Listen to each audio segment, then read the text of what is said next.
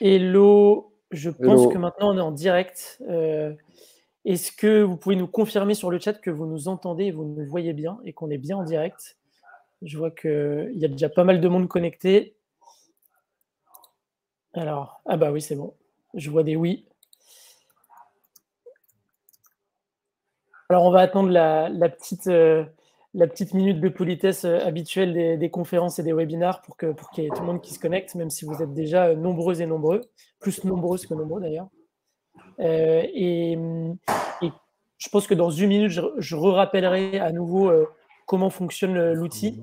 Mais pour celles et ceux qui sont habitués, vous avez l'onglet sondage dans lequel vous avez déjà une première question, évidemment, à laquelle vous pouvez répondre, qui contextualisera un petit peu le webinar.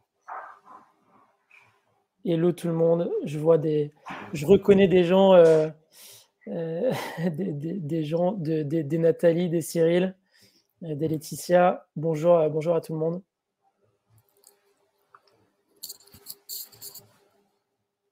Hop. Toc. Il y a des personnes que tu connais aussi, toi, Alex, ou pas? Oui, je crois. Faut que je regarde. J'étais en train de faire le clean dans mes onglets. Si tu as pas le son, c'est bizarre. Eric Lubert. Essaye de voir si tes écouteurs sont bien branchés. Si t'es bien. Si t'as pas coupé le son de l'onglet. Oui, je crois qu'il y a des gens que je reconnaissais. Ouais, je dois Alors, voir. pour vous faire un petit rappel du coup Personne. sur Livestorm, donc il y a l'onglet chat que vous avez dû remarquer en bas à droite, celui sur lequel il y a tout le monde qui est en train de dire bonjour actuellement. Donc ça, c'est l'onglet sur lequel vous pouvez réagir, j'allais dire poser vos questions, mais vous pouvez vous poser vos questions en live, mais il y a aussi un onglet juste à côté du chat qui s'appelle questions et sur lequel vous pouvez rentrer votre question et en fait chacun pourra voter pour les questions qui sont les plus importantes ou en tout cas les plus populaires entre guillemets. Et nous, ça nous permettra de prioriser dans la réponse aux questions. Donc, n'hésitez pas à aller ajouter des questions dans l'onglet questions. Et ensuite, vous avez l'onglet sondage dans lequel il y a déjà un premier sondage que j'ai lancé tout à l'heure qui est: avez-vous déjà utilisé ChatGPT? Évidemment, première question assez évidente. Il y a déjà 22 votes. Et en fait, on va vous mettre des petits sondages un peu régulièrement comme ça. Ça permet d'avoir un peu une tendance de manière hyper rapide. Donc voilà, donc comme ça, c'est top. Et puis après, donc voilà, vous avez le chat, les questions, les sondages. Au milieu, vous avez Alex et moi, Alexandre. Donc un combo de Alex. Et puis il y aura la presse dans quelques secondes. Et je pense d'ailleurs qu'on va pouvoir commencer parce que on est déjà plus d'une cinquantaine. Donc je pense qu'on va pouvoir lancer Alex et puis les autres nous rejoindront en cours. Est-ce que tout le monde est nickel. prêt? Ben ouais, ça a l'air d'être bon. Ok, bah écoute, vas-y Alex, je te laisse lancer. Parti. Tac, partager l'écran. Vous allez voir tout mon écran. C'est bon, vous voyez bien. Ouais. Enfin, en tout cas, moi, Vous voyez vois. toujours bien. Hop là, spoil. Tac. Et si je me mets en diaporama, est-ce que vous voyez bien mon écran? Là, vous voyez bien la présentation en plein écran? Yes. Oui, Ça a ok. l'air d'être good. Ok, je vois plus le chat, donc n'hésitez pas à me lire les questions quand elles arrivent. Donc, l'idée, c'est qu'on va pouvoir parler de ChatGPT et ce que ça va changer dans le futur du travail, dans un espace particulier qui va être l'espace des ressources humaines. Donc, pour ça, on va avancer assez rapidement sur 8 points, pour avoir une première introduction, comprendre pourquoi c'est un nouveau paradigme. Est-ce que c'est un paradigme pour ceux qui ne savent pas ce que c'est? Ce que ça va porter dans la métamorphose des métiers. Après, on va pouvoir se représenter. Better People, qui est mon agence, et Humoon, qui est le SaaS d'Alexandre. Et après, on va rentrer dans la pratique et les questions, grosso modo. L'idée, c'est que ça puisse être le plus interactif possible. Donc, n'hésitez pas à poser des questions au milieu de la présentation. Et puis comme ça va me permettre de aussi réadapter les exemples et les cas d'usage que je vais vous montrer par rapport à vos cas au quotidien, ce qui va vous rendre ça plus agréable. Donc, en termes de présentation, moi, je m'appelle Alex Penou, je suis le CEO de Better People. On est une agence qui offre des super pouvoirs aux entreprises en transformant vos collaborateurs en super-héros du numérique. Avant ça, ça fait 7 ans que je suis dans la tech. J'étais CTO dans une startup en agriculture et freelance en web. Alexandre, je te laisse te présenter. Yes, rebonjour à toutes et tous. Petit point, parce que j'ai vu qu'il y avait un message dans le chat d'Alexandre qui disait qu'il n'y avait pas de son. Alexandre, tu es la deuxième personne à nous dire ça avec Eric. Normalement, ça fonctionne, donc du coup, ça doit être un petit souci de votre côté sur le son côté Livestorm. J'ai vu que Laetitia avait posé une première question. Donc voilà, je le redis, merci Laetitia. Vous pouvez poser des questions dans l'onglet questions et puis chacun peut voter pour les questions qu'il elle trouve le plus important. Donc ça, c'est une bonne fonctionnalité. Et puis pour me présenter juste en 2 minutes, donc moi, je suis le cofondateur d'une boîte qui s'appelle YouMoon. YouMoon, en gros, c'est une startup de coaching. Et nous, notre but, c'est vraiment de vous aider, vous, les RH, à innover dans l'accompagnement, la formation et la valorisation des managers, et notamment des managers de proximité. Et puis, pour ça, on a créé des modules de coaching qui sont innovants, efficaces et hyper accessibles, et on pourra en reparler avec grand plaisir. Et évidemment, on utilise ChatGPT aussi, et on pourra y revenir un peu plus tard. Voilà, nickel. Maintenant qu'on s'est présenté, on va rentrer dans le vif du sujet. En gros, aujourd'hui, ChatGPT, c'est le nouveau Google, en quelque sorte. C'est-à-dire que depuis maintenant une vingtaine d'années, le fait de passer au numérique, c'est devenu clé pour tous les métiers. On a des compétences qui sont devenues communes, mais qui n'étaient pas communes au début, comme maîtriser la suite Office, savoir faire des recherches sur Google quand on a un problème,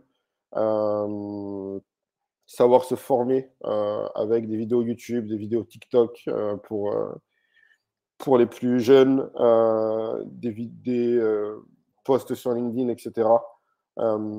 Ça, c'est devenu la nouvelle base que tout le monde maîtrise et a besoin pour évoluer tranquillement dans son espace professionnel. Et aujourd'hui, les top performers ou les champions, entre guillemets, ça va être des gens qui savent utiliser ces outils et qui les maîtrisent à la perfection pour pouvoir être efficaces dans leur travail. Donc, quelqu'un qui maîtrise les b.a.-ba de la suite Office, il va se débrouiller. Mais quelqu'un qui connaît toutes les astuces et toutes les choses qu'il peut mettre en place avec la suite Office pour gagner en productivité, lui, il va avoir un vrai levier dans sa vie professionnelle. Pareil, des gens qui savent faire des bonnes recherches sur Google et vont pouvoir débloquer plus rapidement des problématiques et donc avancer. Et des gens qui savent se former en continu vont aussi être des personnes qui vont réussir à s'adapter à chaque fois au monde qui évolue de plus en plus vite. Et en fait, ce qui se passe, c'est que ChatGPT, nous, notre position dessus, c'est que ça va être un nouvel outil qui va se démocratiser comme la suite Office, comme savoir faire des recherches sur Google, comme savoir se former, parce qu'il va permettre d'avoir une productivité qui va être exponentielle.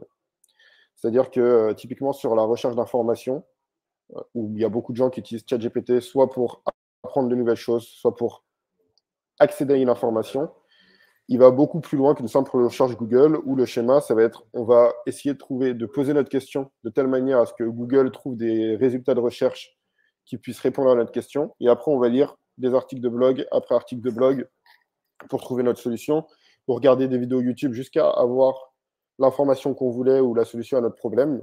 Avec ChatGPT, ça va changer. En fait, ça permet de pouvoir expliquer son contexte, de pouvoir expliquer son problème, d'avoir un format dans lequel on veut notre solution, et que lui, il aille lire, encore une fois, c'est une image, il aille lire le contenu sur Internet à notre place, et qu'il nous fasse une réponse qui est adaptée à notre besoin, comme un tuteur en quelque sorte. Et donc ça va être vraiment un catalyseur d'apprentissage.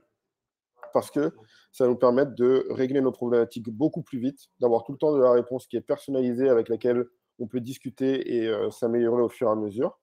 Et aussi, il y a un autre volet où ça permet une productivité exponentielle, c'est que ça va réduire le temps entre les idées et la réalisation de ces idées. Aujourd'hui, il y a un adage un peu en startup qui est que l'idée ne vaut rien. Ce qui est important, c'est l'exécution.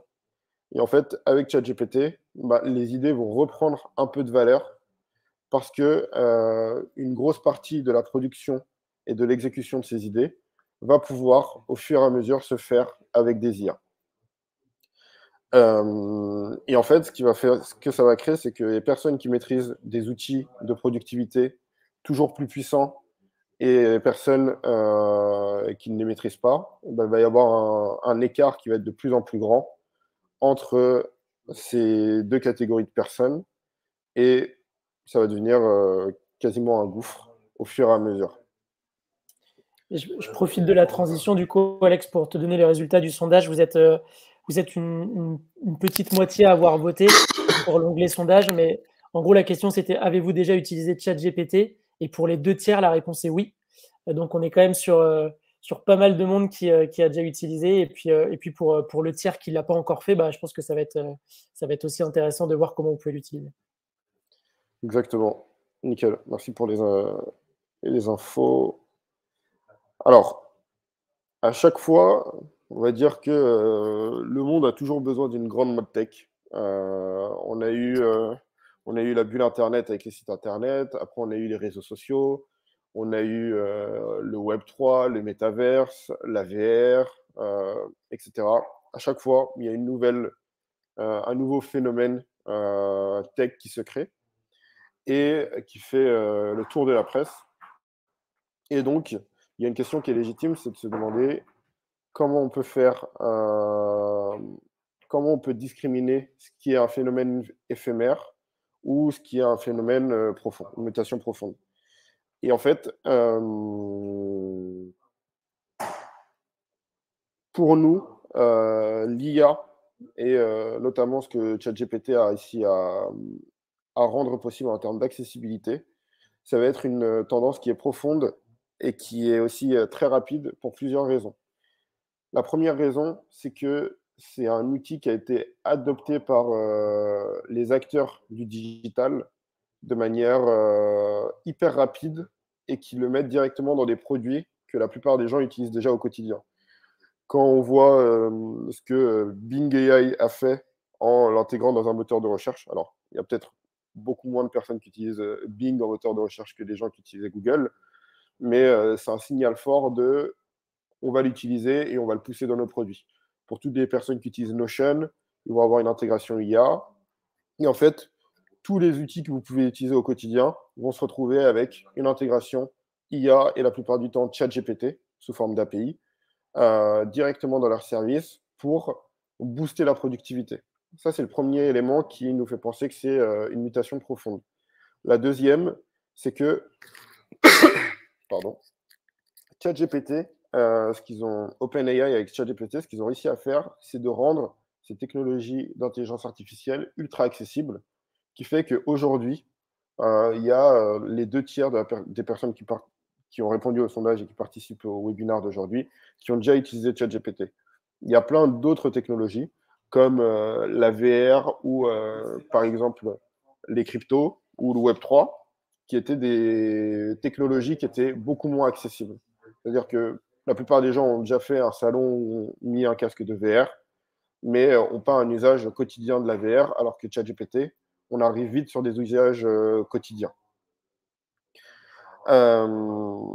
Et en fait, il y a aussi un autre truc, c'est que les personnes qui utilisent ChatGPT, nous, on a pas mal de retours d'expérience autour des personnes qui l'utilisent soit avec nos services, soit en autonomie, qui commencent déjà à constater qu'ils vont faire des x10, x20, x100 en productivité en fonction des tâches. Et donc, ils se distinguent déjà. Et comme ils se distinguent, eh ben, il va y avoir un processus d'adoption qui va être aussi beaucoup plus rapide. N'hésitez pas à me dire hein, si la partie théorique elle est fatigante, on accélère. Sinon, on garde le rythme. Non, je pense que Euh, c'est intéressant d'avoir ça comme base avant de passer au cas pratico-pratique. Nickel. Donc pour nous, il va y avoir deux mondes du futur. Bon, c'est un peu de storytelling, mais c'est quand même quelque chose qu'on partage en interne. C'est que va y avoir ceux qui vont ignorer ChatGPT ou qui vont faire de la résistance, qui vont finalement devenir les premières victimes de ce progrès technologique. Un peu de la même manière qu'il y a des gens qui ont ignoré la révolution digital, tech et de l'Internet et qui se sont retrouvés à avoir beaucoup moins de clients, beaucoup moins de parts de marché, une vie au quotidien qui était beaucoup plus compliquée que les personnes qui ont intégré ces outils rapidement, qui sont plus la deuxième équipe, qui ceux qui vont s'approprier ChatGPT, qui vont l'utiliser comme un tremplin. Et ben en fait, eux, au fur et à mesure, ils vont devenir la nouvelle norme de productivité. Donc, ça va être très compliqué pour la première équipe de pouvoir suivre en termes de rythme et en termes de délivrabilité par rapport à ceux qui ont embrassé ChatGPT. Est-ce qu'il y a des questions déjà?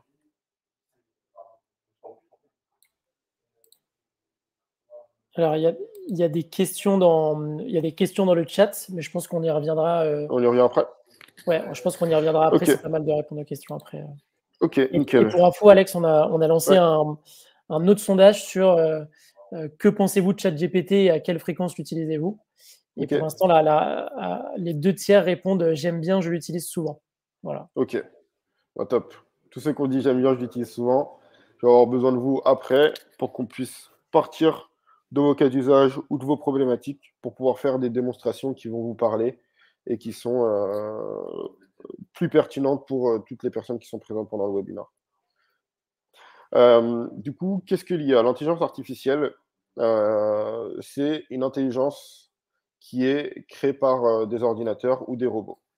En gros, la plupart du temps, quand on parle d'intelligence artificielle, c'est que on va donner un objectif à un ordinateur, un problème à résoudre à un ordinateur, où on ne lui donne pas tous les éléments de réponse et tout le schéma qu'il doit suivre pour répondre à cette question.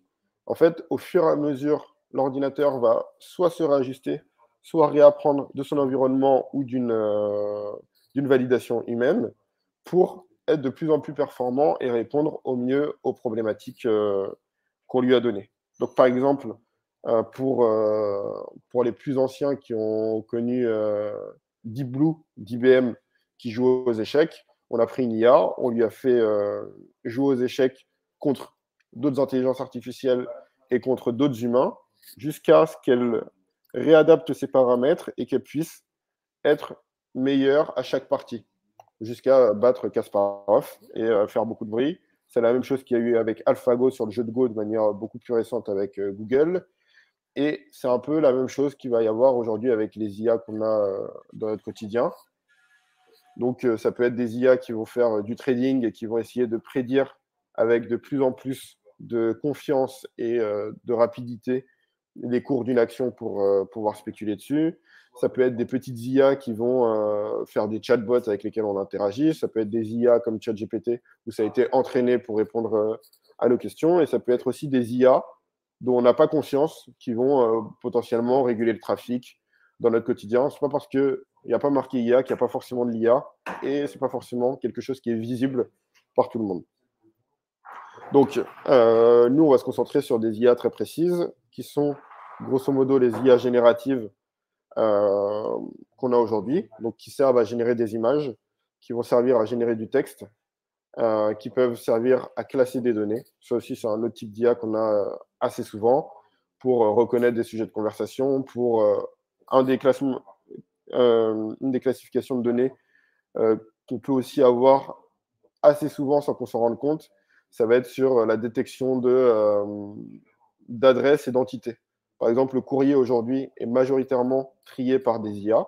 Donc, il y a une reconnaissance de caractère qui se fait. Et puis, on va utiliser un petit algorithme pour trouver le numéro de rue, trouver le nom de la rue, trouver le code postal, trouver la ville, trouver le pays et revalider tout ça pour qu'on puisse avoir notre courrier en 24-48 heures et nos colis. Et Du on a coup, aussi des IA. Oui. excuse-moi Alex, désolé, je t'interromps parce que je trouve que c'est c'est le bon moment pour répondre à la question de Laetitia. Elle a posé une question qui est intéressante et comme tu parlais de données et que c'est un peu le mot magique, en gros, Laetitia, elle demandait s'il y avait certaines entreprises qui avaient interdit l'accès à ChatGPT. Et comme Alors, il y a des tu parlais des entreprises, données, il y a des entreprises qui ont interdit l'accès. Il y a l'Italie, je ne sais pas à quel point ça a été implémenté, qui a interdit, quand on a dit que l'Italie avait interdit l'accès à ChatGPT, je crois qu'ils ont plus interdit l'accès aux fonctionnaires sur les ordinateurs publics, l'accès au site. Il y a des entreprises, il y a des écoles aussi qui ont interdit l'accès. Il y a plusieurs politiques autour de ça. Il y a des politiques qui sont souvent la plus entendable, c'est on ne veut pas que la donnée sensible fuite sur les serveurs d'OpenAI. Surtout qu'il va y avoir un peu un dilemme qui se met en place. On va avoir les entreprises qui ne vont pas payer de ChatGPT à leurs employés, donc ils vont utiliser souvent une instance gratuite de ChatGPT. L'instance gratuite, les données sont enfin, si c'est gratuit, c'est vous le produit, et donc les données sont réutilisées à des fins d'entraînement. Et quand on paye, on peut avoir des données qui ne sont pas utilisées à des fins d'entraînement, mais ça a un coût, 20 ou 25 euros par mois, je ne sais plus. Donc il y a des entreprises qui l'interdisent et tu as des entreprises qui vont avoir une étape plus loin, qui vont recréer une instance privée de ChatGPT pour simplifier les données, simplifier l'usage pour leurs employés, avoir un regard sur les données qui sont envoyées à ChatGPT et les retours, un peu un monitoring, grosso modo, dessus, et s'assurer que c'est payé pour tout le monde, donc que ça ne va pas être exploité par OpenAI. Parce que si on paye l'API d'OpenAI ou ChatGPT 4 et qu'on clique sur la petite case qui dit n'utilisez pas mes données, bah, ils n'utilisent pas les données. Ils font ce qu'ils disent, normalement. Après, on verra quand il y aura des scandales américains, si c'est vrai. Donc, ChatGPT, ça fait partie de la catégorie des LLM, Large Language Model, donc les modèles de langue, les modèles larges de langue, grosso modo. Il y a plusieurs autres, il n'y a pas que ChatGPT dans la vie. Il va y avoir Llama, qui est le modèle de Meta, plus connu sous le nom de Facebook. On a Alpaca, qui est un plus petit modèle qui permet de dupliquer, qui a été fait par Stanford et qui permet de s'entraîner sur ChatGPT et avoir le niveau de GPT-3. On verra la différence plus tard. On a Claude, qui est l'IA qui est l'OpenAI financé par Google. Donc OpenAI de Google, ça s'appelle Anthropic, et Claude, c'est leur modèle équivalent à ChatGPT. On a Hugging Face, qui fait un modèle open source, c'est les Français. Donc allez voir ce qu'ils font, c'est souvent très intéressant. Et après, on a Bing AI, Bard, etc. Mais je ne rentre pas dedans parce que ce n'est pas vraiment des modèles. C'est plus des applications de ces modèles. Globalement, ChatGPT, le niveau par rapport à ces 4 acteurs et aux autres acteurs là que tu citais, c'est largement au-dessus, c'est largement en avance. Ouais, en termes ChatGPT, c'est le meilleur compromis entre accessibilité, prix. Donc voilà, les deux. Et popularité aussi. Okay. On parle de ChatGPT parce que les gens connaissent ChatGPT. Si on commence à dire qu'on est prompt engineer sur Claude, bon, ben, on n'aura pas de clients. Alors que si on dit ChatGPT, on aura des clients. Ouais. Donc c'est un peu le premier. Ouais, c'est le premier sur celui qui a le mieux démocratisé, quoi. Exactement. Mieux démocratisé, plus populaire. Et comme c'est le plus populaire, bah, il a un peu l'avantage d'être le premier. Et il a pu créer un peu sa catégorie. C'est-à-dire que les autres, on va dire, c'est des ChatGPT-like. Ouais. C'est des IA comme ChatGPT. Donc comme la référence restera toujours ChatGPT dans le cerveau et le cœur des gens. Même avec un nom pourri, on peut. C'est quand même le nom le plus nul de tous les acteurs, ChatGPT. Hein. Et ça change rien à l'expérience. Ça change rien. Et à la notoriété. Ça change rien. C'est les budgets marketing qui dictent la danse. En théorie, alors théorie très très simple. Je ne vais pas vous prendre la tête avec de la théorie compliquée. Comment ça marche un LLM? Il a besoin de données. Ces données sont transformées en texte ou en vecteur. D'une manière ou d'une autre, c'est transformé en un équivalent de texte. Et on va lui donner, ce texte va lui donner les tâches qu'il doit réaliser et il va nous faire une réponse sous forme de texte. Pourquoi je parle de données en entrée? parce qu'on peut mettre de l'image, on peut mettre de la voix et on peut mettre du texte. Ça va être des données de différents types. On va tout le temps les transformer en texte. Même les images, on va les décrire pour faire du texte et puis pour générer notre réponse, qui sera en texte et qu'on pourra retransformer derrière en une image, sauf pour le cas des IA génératives d'images, mais qui vont se retransformer en une image ou en texte. Et puis après, on le reconvertit en vidéo, en photo, en ce que vous voulez. Hop, nickel. Tac, tac, tac. En pratique, comment on utilise ChatGPT pour avoir des résultats pertinents? Alors, il y a plein de gens sur LinkedIn qui vont parler de plein de méthodes miracles, des prompts magiques, les 7 étapes du prompt, etc., que vous pouvez suivre. Il n'y a pas de mauvaises informations, vu que c'est facilement testable, vous pouvez implémenter tout ce qu'il y a dessus. Moi, je préfère une vision qui est beaucoup plus floue, beaucoup plus large, mais qui marche tout le temps et qui vous permet de retomber sur vos pattes, peu importe le modèle que vous allez utiliser, peu importe la langue que vous allez utiliser, peu importe la tâche que vous voulez avoir. Le premier truc, c'est qu'il va pouvoir contextualiser. Si on contextualise, ça va permettre à ChatGPT de comprendre, OK, tous les tenants et aboutissants, il n'est pas dans votre tête, il a besoin que vous lui expliquiez ce qu'il y a dans votre tête pour pouvoir travailler. Donc, vous allez pouvoir dire ce que vous avez fait avant, ce que vous avez, ce que vous avez déjà essayé, ce que vous voulez comme résultat, à qui ça va servir, etc., etc. Ensuite, il va falloir lui donner des directives et des ordres. C'est ChatGPT 3.5, donc qui est la version gratuite. C'est un peu un enfant de 9 ans, 9-10 ans. Donc, il est capable de faire plein de trucs, mais il faut lui expliquer. Et il peut être un peu étourdi de temps en temps. GPT-4, c'est plus un adolescent de 14-15 ans.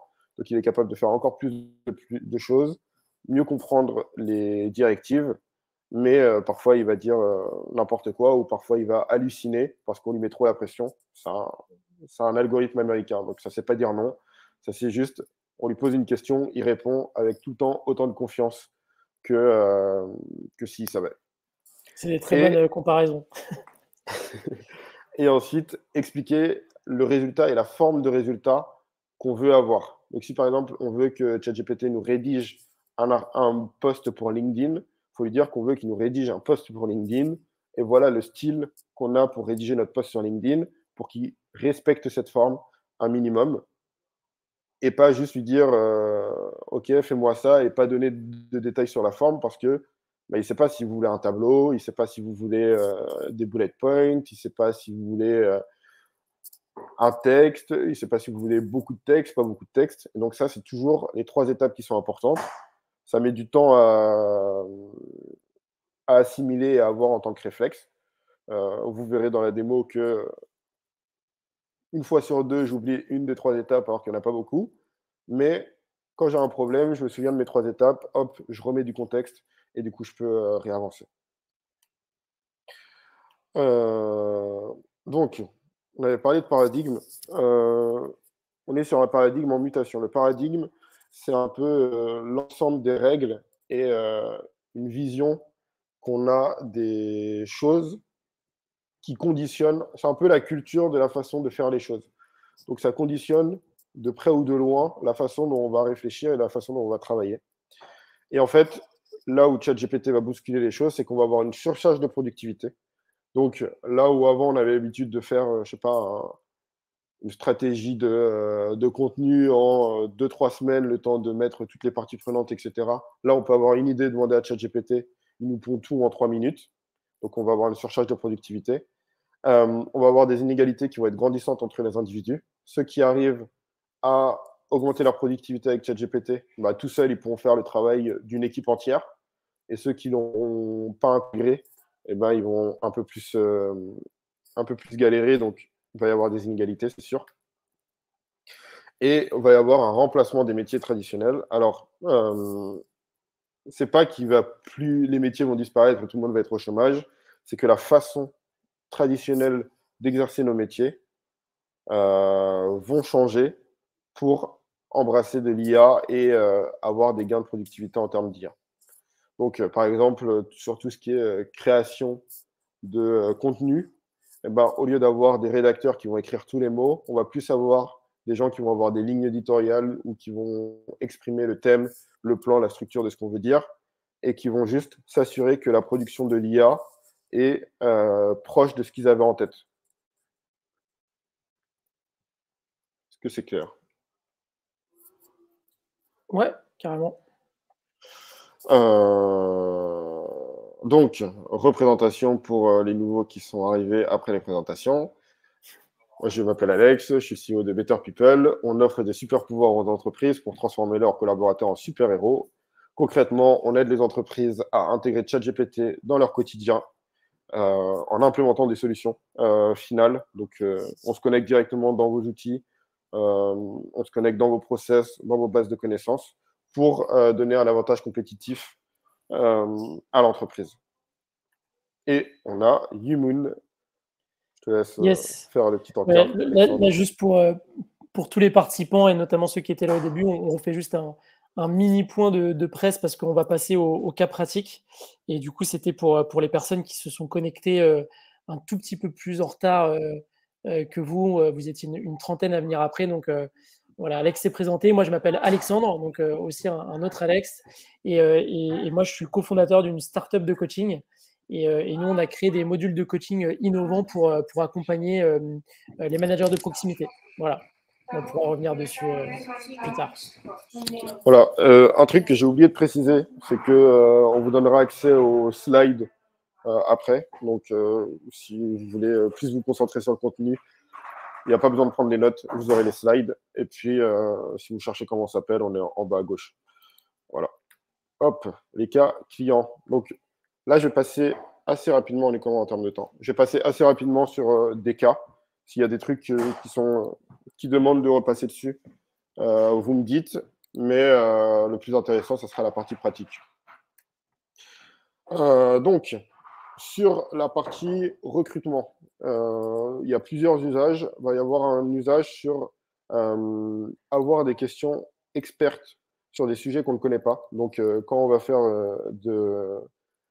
du sourcing de talent, des entretiens d'embauche sur des sujets qu'on ne connaît pas, soit qui sont des nouveaux métiers pour l'entreprise, soit on a une fonction purement recrutement, donc on ne comprend pas tous les métiers techniques qu'on doit recruter parce qu'on fait les premières étapes avant de passer sur des managers experts ou des leads particuliers.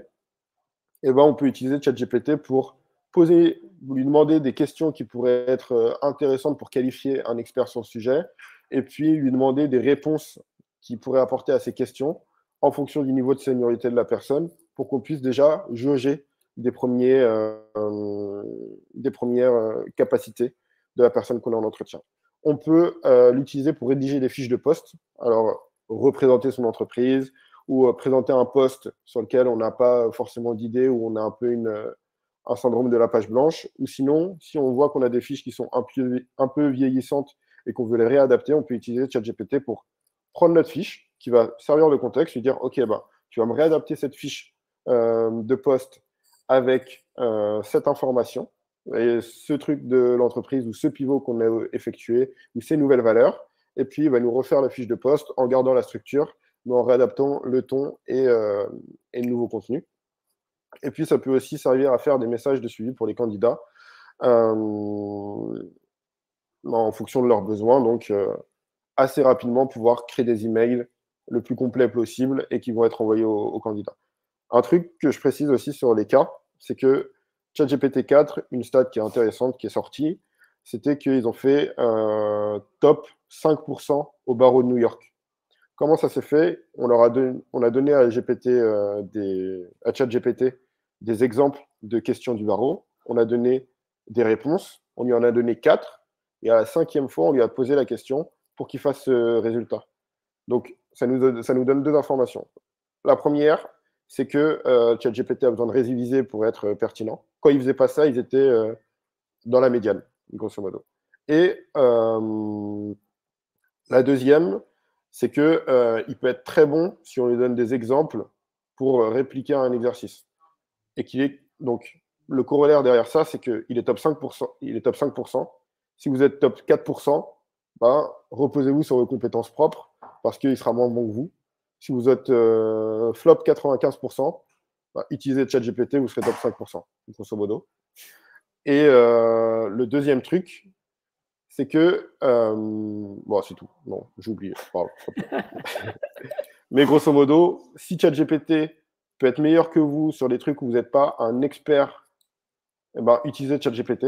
Si vous êtes un expert et que vous êtes meilleur que ChatGPT, ben, continuez de travailler avec votre expertise. Pour la formation, on peut avoir un peu la même chose. Donc, trouver des questions pertinentes pour évaluer les organismes de formation. Trouver des réponses aux questions des équipes sur des sujets, notamment en management, gestion de litige, etc. Il y a plein de sujets où les équipes vont revenir vers nous en tant que ressources humaines pour avoir des réponses. Et on peut utiliser ChatGPT pour commencer à trouver des éléments de réponse, ou en tout cas des directions ou des ouvrages. Ça peut même être des gens qui vont traiter le sujet, dire OK, quel est l'auteur qui parle le mieux de la gestion de conflits en entreprise? Donne-moi des livres qui parlent de ce sujet-là, ou des gens qui publient du contenu sur YouTube, excusez-moi. Et hop, il va nous donner une liste et on va pouvoir retransmettre ça aux équipes. Et après, un truc qui demande un peu d'implémentation, c'est des moteurs de recherche intelligents dans de la documentation interne, notamment pour le support employé. Vous avez sûrement tous de la connaissance interne qui va être stockée sur des PDF, sur des Teams, sur des Notion, ce que vous voulez. Et en fait, on va pouvoir créer des implémentations pour dire à ChatGPT, à chaque fois que je te pose une question, tu vas chercher dans ma documentation interne la réponse et tu me fais une réponse personnalisée. Pour les entretiens annuels, ça peut aider à préparer ces entretiens pour avoir des modèles, des guides d'entretien basés sur les bonnes pratiques RH. Si vous avez des entretiens annuels pour des métiers où vous n'êtes pas forcément formé, hop, on demande à ChatGPT, il nous donne un premier élément de réponse qu'on va revérifier. On ne lui fait pas aveuglément confiance, de la même manière que si on fait une recherche Google, on va revérifier les résultats. On peut l'utiliser pour exploiter des données d'entretien. Donc, pour trouver des formations suite à ce qui s'est dit en entretien, des leviers d'évolution, avoir des insights sur des coachings ou des mentorats potentiellement à mettre en place. On lui copie-colle le résultat de l'entretien annuel et puis on lui demande des plans d'action sur ce qui peut être mis en place pour aider le salarié sur ses points de difficulté. Et après, ça peut être utilisé pour suivre et planifier des actions post-entretien, donc la génération de rapports, synthèse d'entretien. On verra dans les exemples après comment on peut le mettre en place, mais il y a plein de trucs qu'on peut faire dans ce cas-là. Pour l'administratif, pour remplir des dossiers administratifs. Alors, moi, j'ai une phobie administrative, mais pour tous les gens qui trouvent ça aussi rébarbatif, si on a un dossier Calopi, un dossier BPI, un dossier financement, en fait, ChatGPT ne va pas remplir tout à notre place, mais par contre, on va pouvoir l'aider pour transformer nos idées en réponses adaptées avec le bon ton pour le dossier administratif qu'on est en train de créer. Pour faire des comptes rendus de réunions efficaces, on va pouvoir lui donner les audios de la réunion qui nous fasse un compte rendu. Il y a plein d'acteurs qui existent sur le marché sous forme de SaaS et qui peuvent faire le job pour ça. La rédaction de documentation automatisée. En fait, la documentation, qu'est-ce que c'est? C'est transformer ce qu'on a compris et ce qu'on veut transmettre, qui est dans notre tête, en quelque chose d'écrit. Et donc, on va pouvoir utiliser ChatGPT soit pour écrire des définitions, soit pour mettre en forme et puis simplifier les étapes quand nous, on va avoir tendance à prendre des raccourcis pour créer de la documentation. Et puis, de la synthèse de documents juridiques. Parfois, on peut avoir des documents juridiques qui sont très, très techniques et très abstraits pour le commun des mortels. On peut, hop, mettre la ligne et dire « Ok, ChatGPT, j'ai rien compris à ce que disait ce truc-là. Est-ce que tu peux me l'expliquer comme un enfant de 4 ans ?» Il vous explique comme un enfant de 4 ans. Vous avez tout compris. Et puis, vous avez gagné du temps. On part à la partie démo. Est-ce qu'il y a des questions rapides? Il y avait une des questions qui était comment on peut, quels sont les exemples concrets RH et comment on utilise. Donc, je pense que ça va répondre à toutes les questions et on sait que c'est un peu le moment que vous attendez le plus. Donc là, en fait, ce qu'on vous a donné juste avant, ce qu'Alex vous donnait, c'était une liste de cas d'usage auxquels nous, on a pensé et auxquels ChatGPT aussi a pensé pour les RH. Et là, le but, c'est de venir faire des tests en live pour que vous puissiez voir un peu comment il va falloir contextualiser et poser la question à ChatGPT et quels résultats on peut obtenir. Et puis après, ce sera à vous de tester et de vous projeter aussi dans vos utilisations perso. Exactement. Donc là, si vous avez des... Moi, on a préparé des cas d'usage et des trucs qu'on peut faire en démo. Par contre, si vous avez des cas concrets, anonymisés, bien sûr, mettez-les dans le chat et puis comme ça, on les traite. Et en fait, moi, là-bas, je suis pas RH. Donc, j'ai imaginé des cas. Mais si vous, en tant qu'RH, vous avez des cas spécifiques, on peut les traiter. Ça va plus parler à toutes les personnes qui sont dans les RH dans le webinaire. Donc, n'hésitez pas, spammez-moi et puis je ferai le tri. Let's go. Chat GPT pour toutes les personnes qui n'ont jamais utilisé ChatGPT. Donc, ChatGPT est un produit OpenAI et il est disponible sur chat.openai.com, qui est l'adresse qui est ici. Vous voyez bien mon écran, c'est bon? Ouais. Ok. https://chat.openai.com. Dessus, on va avoir deux versions. Donc là, on est sur une version premium. Donc, on va avoir ChatGPT 3.5 qui est la version gratuite pour tout le monde et ChatGPT 4 qui est le grand frère de ChatGPT et qui est beaucoup moins dissipé et beaucoup plus précis. Un premier truc qu'on peut faire avec ChatGPT, c'est de lui parler comme un chat. Okay, donc là, je lui dis « Hello, ça va? Bonjour, je suis un intelligence artificielle, je n'ai pas d'émotion, mais je suis prêt à vous aider. Comment puis-je vous assister ?» Et en fait, premier usage qu'on peut avoir de ChatGPT, c'est d'avoir une conversation avec lui sur les sujets qui nous intéressent. Donc,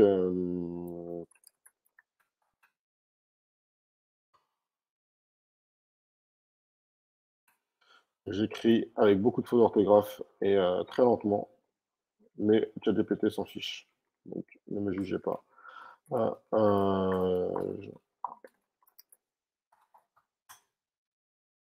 Voilà, donc là, je vais demander des cas d'usage RH avec ChatGPT et il va me faire une liste. Donc, vous voyez que là, j'ai respecté aucun des trois principes que je vous ai donnés, mais on a quand même un résultat qui est satisfaisant, un peu bateau, mais satisfaisant.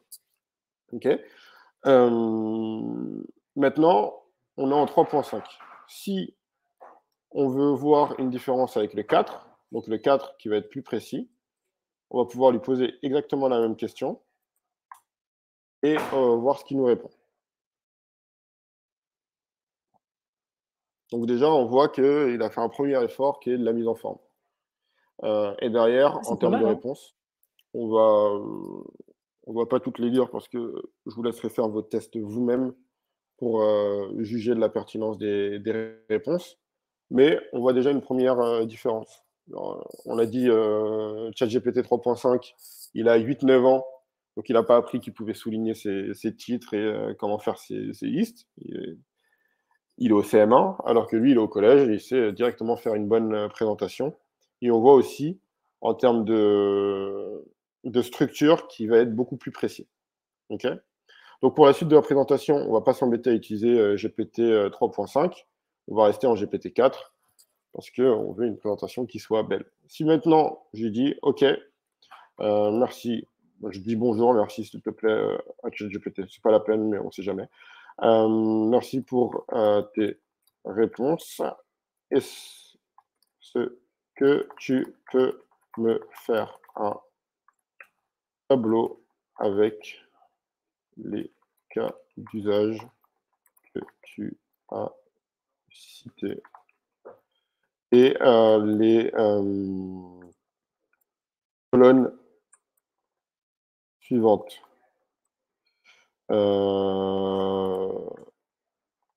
Type, description, prompt.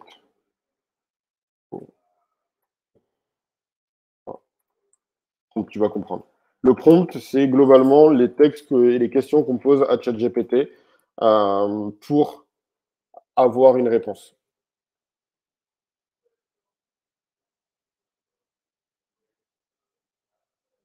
Bon, il n'a pas très bien compris les prompts. Je n'ai pas mis assez de contexte. Donc là, à chaque fois, je ne mettrai pas assez de contexte parce que ça met 3 plombes quand j'essaye d'écrire une phrase. Mais on va voir des usages qui sont intéressants où on mettra plus de contexte. Mais par contre, un truc qui est intéressant ici, c'est que si je lui demande de me faire un tableau avec les cas d'usage et les types description et prompt, on se rend compte qu'il va nous faire exactement la même chose, avec une description ici, et là, des exemples de prompt, donc il a compris de questions à poser au candidat. Et ce tableau, je peux le prendre, le copier, le coller, le mettre dans un Excel, le mettre dans un de mes outils, mais le réutiliser tel quel. Donc ça, c'est un des trucs qui est intéressant. Parce que là, on a quand même utilisé un des principes qui est de savoir sous quelle forme on veut la réponse. On peut lui dire, OK, même chose, mais que pour du talent acquisition. J'ai mis en anglais, il comprend l'anglais, le français, le polonais, on peut tout mettre. Mais je l'ai mis en anglais, ça c'est le mieux. Et puis derrière, ça peut vous permettre aussi, si par exemple vous voyez des prompts qui sont en anglais, bah, vous pouvez copier-coller ces prompts-là, les mettre dans ChatGPT et lui dire OK, par contre, tu me réponds en français parce que je veux ma réponse en français. Pas besoin de justifier, en vrai. Tu me réponds en français. Et donc, vous allez bénéficier de toute la recherche qui a été faite à un niveau mondial pour trouver le bon prompt et le bon conseil pour qu'il ait la bonne réponse à votre problématique. Et après, d'avoir la réponse qui est traduite en français à la volée pour l'utiliser. Et donc, vous n'êtes plus cantonné au prompt que vous allez trouver en français. Même les mots que vous ne savez pas traduire, vous pouvez les mettre dans le chat GPT, lui dire je veux que tu me fasses une réponse en français, et il va vous la faire. Et donc là, on voit qu'il a réadapté pour le talent acquisition en comprenant qu'il fallait garder cette structure de tableau et ses colonnes. Donc le type, il a fait du sourcing de candidats, présélection de candidats, planification d'entretien, réponse aux questions des candidats, suivi des candidats, et après, il nous a fait une description de la problématique. Est-ce qu'il y a des gens qui ont des cas d'usage? Juste pour réagir à ce Ouais. que tu viens de faire, Alex, parce que même moi, du coup, enfin, évidemment, on avait préparé le webinaire avec Alex, mais j'avais pas vu forcément les cas d'usage comme il vient de le faire là en live. Moi, je suis assez bluffé par la vitesse. Alors évidemment, si tu me demandais de faire un tableau avec les cas d'usage et ces colonnes, bah, ça me prendrait quand même un petit peu de temps de recherche, de structuration, de wording. Là, il le fait vraiment en 8 secondes. Et en fait, ce que je trouve le plus hallucinant par rapport aux chatbots avec lesquels on a l'habitude d'interagir, qui sont les chatbots sur les sites internet, d'assurance, de téléphonie, etc., c'est vraiment la contextualisation. Ça veut dire que ChatGPT, c'est vraiment comme une personne qui n'oublie pas tout ce qui vient de se dire avant. Et donc là, le fait que tu puisses lui dire, est-ce que tu peux me faire la même chose, mais sur telle thématique, et qu'en 2 secondes, pareil, il le fasse, c'est assez hallucinant. Parce que je trouve que ce qui est toujours hyper frustrant avec les chatbots, c'est de leur dire, bah, j'ai un problème sur mon téléphone, est-ce que je pourrais faire ça? Et puis après, il te repose la question et tu es obligé de réexpliquer encore une fois ou de saisir la bonne réponse. Là, il y a quand même très peu de contexte que tu donnes. C'est vraiment comme si tu parlais à quelqu'un. Je pense que ton exemple de l'enfant et de l'adolescent, il est vraiment très bien pris pour comprendre un peu comment tu peux utiliser ça, quoi. Exactement. Et par exemple, là où ça peut encore aller plus loin, c'est, tu parlais du cas de faire un tableau. En fait, si on sait déjà de ce qu'on veut traiter dans le tableau, eh ben, je peux lui demander la même chose en lui mettant les cas pratiques que je vous avais exposés juste avant. Et on voit que dans les types, il va reprendre ces cas pratiques, il va les synthétiser, quand il peut les synthétiser, la description et de prompt qui va être derrière. Et donc, en fait, là, on commence à avoir vraiment le lien dont je vous parlais entre les idées et, et la réalisation, parce qu'on peut juste lui donner les idées, il fait la réalisation, et puis après, on reprend le tableau, on le réajuste en fonction de nos besoins, mais on a économisé 60-70% du temps. Peut-être que, Alex, ce que tu peux faire, c'est aller jeter un œil dans l'onglet questions sur Ouais. Livestorm, parce que je pense que tu as des cas d'usage qui sont intéressants. Par exemple, rédiger une synthèse d'entretien à partir de mes notes. Bon, celui-là, on va pas pouvoir le faire évidemment, mais faire une fiche de poste détaillée pour un business analyst, ça, je pense qu'il est capable de faire quelque chose. Ouais. Un exemple de lettre de motivation, voilà, je pense que tu peux aller checker les questions. Il y a peut-être des trucs Ok, marrants à tester, hyper quoi. cool. Ce qu'on va faire, c'est que nous, dans l'agence, on utilisait ChatGPT et comme vous voyez, écrire, ça me barbe assez vite. Et du coup, on a développé un outil qui permet de parler à ChatGPT. Et donc, ce que je vous propose, c'est que je vais reprendre les questions, je vais reprendre les cas d'usage que vous m'avez envoyés et je vais les faire en dictant à l'outil. Et puis, au fur et à mesure, je vous montrerai les résultats. Et surtout, je pourrai vous copier-coller les résultats dans les slides pour que vous puissiez les récupérer derrière. Okay. Donc, cet outil, il s'appelle Shido Chrome. Il a changé de nom récemment. Et il permet de parler avec ChatGPT. Il est gratuit. Bref, on fera de la promo plus tard. Et on a un outil qui s'appelle Buddy dedans, qui permet globalement de faire ce qu'on veut avec ChatGPT. Il faut juste tout le repréciser. Pourquoi on a créé cet outil? Ça, c'est important de le préciser. C'est que déjà, on n'avait pas envie d'écrire à chaque fois parce que quand on passe beaucoup de temps à écrire le contexte, bon, au final, on passe plus de temps à écrire le contexte qu'à avoir la réponse. On se dit qu'on aurait pu le faire tout seul. Et le deuxième, c'est que là, vous avez vu, je micromanage ChatGPT. C'est-à-dire que je lui pose des questions et j'ai une succession d'étapes. Mais en fait, si je veux pouvoir être vraiment productif, je vais devoir poser des questions en parallèle à ChatGPT qui puisse m'y répondre, récupérer les résultats, les assembler et pouvoir passer à autre chose. Donc, par exemple, je vais lui dire, écris-moi un email. Je vais aller chercher d'autres informations ou les pièces jointes que je vais mettre dans mon email. Il a fini d'écrire l'email. Je colle mes pièces jointes, je copie-colle l'email et puis je peux avancer. Donc là, fiche de poste détaillée pour un exemple, pour un business analyst. Hello, est-ce que tu peux m'aider à faire une fiche de poste pour l'entreprise Better People? On est en train de chercher des business analysts. Donc j'aimerais bien que tu fasses surtout la partie description de mission avec des missions classiques de business analyst junior, en sachant que nous, on a beaucoup de bases de données SQL et que on aime beaucoup utiliser Tableau pour faire les reporting. Une fois qu'on fait ça, ça va le transcrire. Il va toujours y avoir quelques petites coquilles. Pas là, on a de la chance. Donc là, il n'y a pas de coquilles. Tac. On envoie la réponse. Donc là, je l'ai fait en GPT-4, ça va mettre un peu de temps. On va passer aux questions suivantes et puis on reviendra dessus au fur et à mesure. Quid des lettres de motivation rédigées grâce à l'IA? Cela annonce ou nécessite déjà une certaine mutation de nos pratiques. Ouais. Ça va, la plupart du temps, moi, des discussions que j'ai avec des ressources humaines, comment ils trouvent les lettres de motivation rédigées avec de l'IA, c'est qu'il n'y a pas de faute d'orthographe. Déjà, quand il n'y a pas de faute, souvent, et que le vocabulaire est trop professionnel, c'est que c'est pas le candidat qui l'a rédigé. Après, je pense qu'il y a une posture qui peut être intéressante vis-à-vis de ça, c'est le fait que si le candidat précise exactement ce qui le motive, ChatGPT, ça va juste être quelque chose qui va améliorer son style. Mais en fait, il peut quand même se différencier dans sa lettre de motivation et avoir encore une lettre de motivation plus personnalisée et pas juste un template qu'il réadapte sur les 50 CV qu'il envoie, surtout sur des profils juniors, en disant, OK, en fait, moi, j'ai envie de travailler pour cette entreprise parce que j'ai vu que vous avez fait ça, vous avez fait ça, vous avez fait ça, et c'est ultra aligné avec mon projet professionnel, etc. Et en fait, au moment où le candidat il va pouvoir expliquer ça à ChatGPT, ChatGPT va lui faire une lettre de motivation qui respecte beaucoup plus ce qu'il voulait dire. Et donc, tout le monde est content parce que vous avez vraiment ce que pensait le candidat.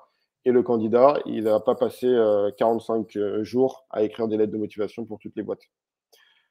N'hésitez pas à me dire si ça répond à la question ou pas. Ouais. Et puis, je reviendrai D'ailleurs, Alex, dessus. tu peux aller tout en haut et trier par vote si tu veux. Ok, on Comme va ça, trier par vote.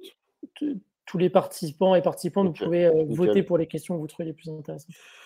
Est-ce qu'il existe-t-il un recueil de bonnes pratiques pour ne pas divulguer de données confidentielles à ChatGPT? Alors, il n'existe pas un recueil de bonnes pratiques pour ne pas divulguer des données confidentielles. Soit vous les anonymisez avant de poser la question, soit vous mettez un coup de carte bleue et puis il ne garde pas les données. Donc, ça reste confidentiel, grosso modo. Donc, c'est pas aussi magique que des astuces, etc.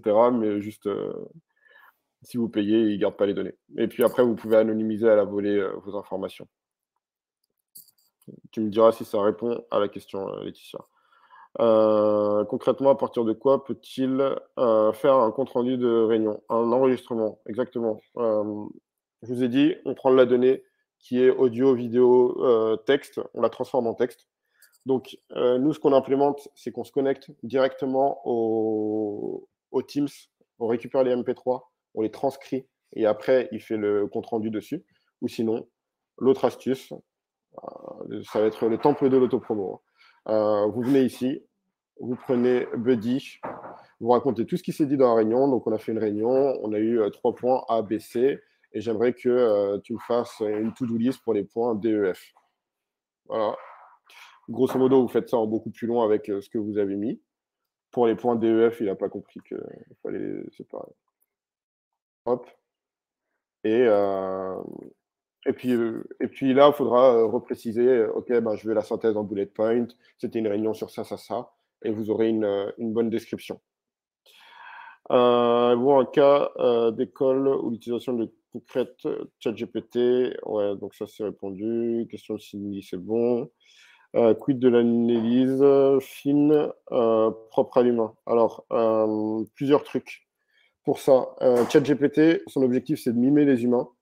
Encore une fois, ceux qui sont très bons en analyse fine, eh ben, continuez votre analyse fine. Si vous êtes mauvais, prenez ChatGPT, il sera meilleur que vous, et puis ça ne prendra pas beaucoup plus de temps. Mais ça dépend de la sensibilité, en fait. Il y a des trucs où l'humain est meilleur, il y a des trucs où la machine est meilleure. Je pense qu'il faut... ça reste à l'humain d'arbitrer de s'il veut utiliser ou pas la machine, et ça reste à l'humain d'arbitrer de s'il est meilleur ou pas que la machine. Parfois, c'est les managers qui arbitrent, parfois, c'est un examen ou un résultat d'examen. Mais grosso modo, il y a quand même un arbitrage à avoir. Juste, on revient sur la petite démo qui était titre du poste Junior Business Analyst, entreprise, Better People. Donc là, on a une petite description. Sont responsables d'analyser et améliorer le processus en utilisant des données provenant de diverses bases de données SQL et en créant des rapports visuels grâce à l'outil Tableau. Donc on voit qu'il a repris exactement ce que je lui ai dit. Ça a pris littéralement 45 secondes de lui expliquer. Et puis derrière, il m'a fait une petite, des petits points sur ce qu'il pensait être important pour un business analyst junior. Hop, les petits bullet points du profil recherché. On arrive, on copie, on vient ici, tac. Si je ne le fais pas maintenant, je vais oublier. Donc hop, je reviens, je vous fais une slide. On va faire cette slide, tac. Et voilà. Et donc là, on a le résultat. Là, on est vraiment sur un cas d'usage hyper concret et c'est loin, je pense, d'être la fiche de poste la plus pourrie. Et si je ne me trompe pas, Alex, tu me confirmes que après cette fiche de poste, tu peux la remettre dans le chat GPT et lui dire est-ce que tu peux apporter une touche d'humour? Est-ce que tu peux la raccourcir? Est-ce que tu peux ajouter telle info? Tu peux aussi lui donner peut-être une fiche de poste que toi, tu as déjà rédigée et lui demander de faire en sorte qu'elle soit un peu plus dans la tonalité de ta boîte, etc. quoi. Si tu donnes une fiche de poste, tu peux lui dire de reprendre la structure, le ton et même parfois la description de la boîte parce qu'elle est bonne ou de la réadapter. Ça, tu peux le recopier-coller dans le chat GPT pour entamer une discussion avec lui et réaméliorer certaines parties ou sinon, tu peux juste le reprendre dans un document et dire OK, ben, ça, c'est pas important pour nous, ça, c'est pas important pour nous, ça, c'est important pour nous. Ouais. Remodifier ça, recopier-coller ça et dire à ChatGPT OK, corrige-moi les fautes d'orthographe et améliore-moi le style. C'est pour ce public visé et garde toutes les informations qu'on a eues. Ouais. Et il va réadapter. Et puis après, vous recopiez-coller dans votre ATS ou Notion ou ce que vous voulez pour l'envoyer. Vous pouvez aussi copier-coller, juste ça avant que j'oublie, vous pouvez copier-coller ça, par exemple pour les gens qui sont en cabinet de recrutement, copier-coller ça et dire OK, à partir de cette fiche de poste, fais-moi un message qui va aller sur LinkedIn pour essayer de convaincre des gens de rejoindre ce job en anonymisant la société et en leur donnant envie parce que c'est des gens pour qui ce point-là est important. Et voilà un exemple de message que j'ai fait. Et boum, il va vous faire votre message. Ouais, c'est marrant parce que je pense que je connais un peu la plupart des possibilités, mais je reste quand même assez impressionné par le truc. Et surtout, un peu le cas d'usage bout en bout recrutement. C'est assez ouf. Comme il nous reste 1 minute et qu'il y a déjà 10 personnes là qui nous ont quittés, je pense que c'est peut-être le moment de conclure comme on avait que jusqu'à 11h. Mais en tout cas, nous, Alex, ce qu'on s'était dit, c'est que, alors évidemment, on s'engageait à envoyer les slides. On va aussi répondre aux différentes questions qui ont été posées. Et donc ça, vous aurez les réponses. Et puis c'est déjà pas mal, non? Est-ce qu'on Oui, c'est s'était très dit autre bien. chose? Ouais. Évidemment, il y aura le replay qui sera dispo. Voilà, donc on vous remettra tout. Là, c'est de quoi flasher un QR code. Vous avez les slides en même temps, si vous êtes pressé. On reprendra les questions. Je pense que je reprendrai les questions en vidéo. Je vous ferai un loom et je mettrai le lien Ouais, de la ça peut être vidéo top, ça. dans les slides. Comme ça ne me prend pas beaucoup de temps. Et puis, vous avez toutes les idées et pas juste ce que j'ai pas la flemme d'écrire, grosso modo. Et voilà, il y a tous nos contacts dedans. On mettra toutes les informations qui ont été échangées dedans. Et ici, je vous le repréciserai, mais ça, c'est le prompt que vous pouvez taper directement dans chat.openai.com pour avoir ce résultat. Ouais, ouais, ouais. OK, gauche et droite. OK, top. Et peut-être une dernière question qu'on prend avant de conclure, c'est combien ça coûte? Il y a eu cette question-là, je trouve que c'est une question Ah ouais, intéressante. combien ça coûte? Chat.openai.com, c'est gratuit en 3.5, c'est entre 20 et 25 euros par mois. C'est 20 par mois, je crois, pour GPT-4. Et ce que je vous ai montré, l'extension sur laquelle on peut parler à ChatGPT, c'est gratuit. Donc, c'est un outil pour se faire connaître. Donc, on est gratuit, on sera toujours gratuit. Top. Bah, écoute, Alex, merci beaucoup, c'était hyper intéressant. Moi, j'étais aussi hyper spectateur au final de ce webinar. Finalement, j'ai l'impression il nous aurait fallu 2 heures pour aller jouer avec ChatGPT, avoir des cas d'usage, mais tout le monde a peu de temps, surtout en ce moment. Donc, merci Nathalie. Donc, Merci. du coup, merci à toutes et tous d'avoir participé. Je crois que vous étiez un peu plus de 70, donc c'est top. Et puis, bah, vous aurez les replays, vous aurez les slides et vous aurez la réponse aux questions d'Alex. Et puis, n'hésitez pas à nous contacter tous les deux si besoin. Vous aurez nos coordonnées aussi. Voilà, merci beaucoup à toutes et tous. Et puis à très vite. Et merci Alex. Merci. Ciao. Ciao, merci à tous.